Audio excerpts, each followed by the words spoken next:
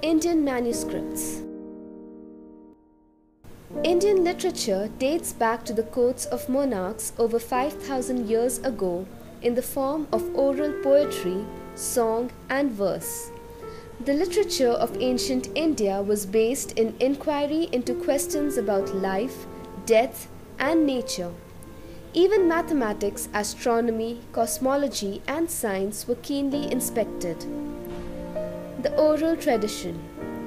The body of shared knowledge was passed down from generation to generation in an oral tradition through performance and experience, which is how even people who do not know how to read and write were very well informed about their own culture. Every generation made their additions to the body of work, but no modifications were made to the original texts, simply because it would mean changing the tune of the song.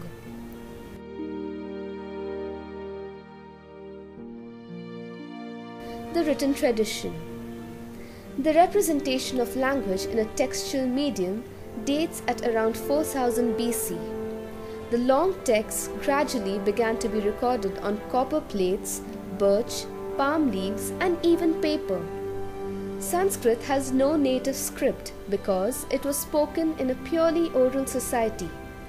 When it was written, the scripts used by regional scribes were used, and therefore virtually all major writing systems have been used to create Sanskrit manuscripts.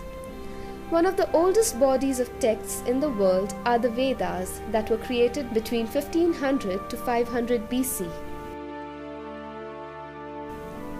Around the 4th century, a grammarian known as Panini wrote a book called Paniyam, which contained 3,959 linguistic rules. This transformed classical Sanskrit into what is called modern Sanskrit. India is said to have the largest collection of manuscripts in the world, written in a variety of languages and scripts like the Grantha, Devanagari, Nandanagari and Telugu scripts and multiple languages. The heritage and the history of India is well documented in these treasures. Palm leaf was the most common form of paper in ancient India. The center rib of a palm front was removed, leaving 2 strips. The strips were pressed flat and trimmed to one size and smoothed down by sandpaper. Scribes would use a sharp instrument to actually carve the writing into the surface of the leaf with a black pigment like carbon black. After the leaf was cleaned, the residue remained in these scratches and made the writing visible. These pages were then bound together by a string. The front and back cover of the manuscript would always be a hard material in order for protection, most often adorned and sometimes even made of precious material like ivory.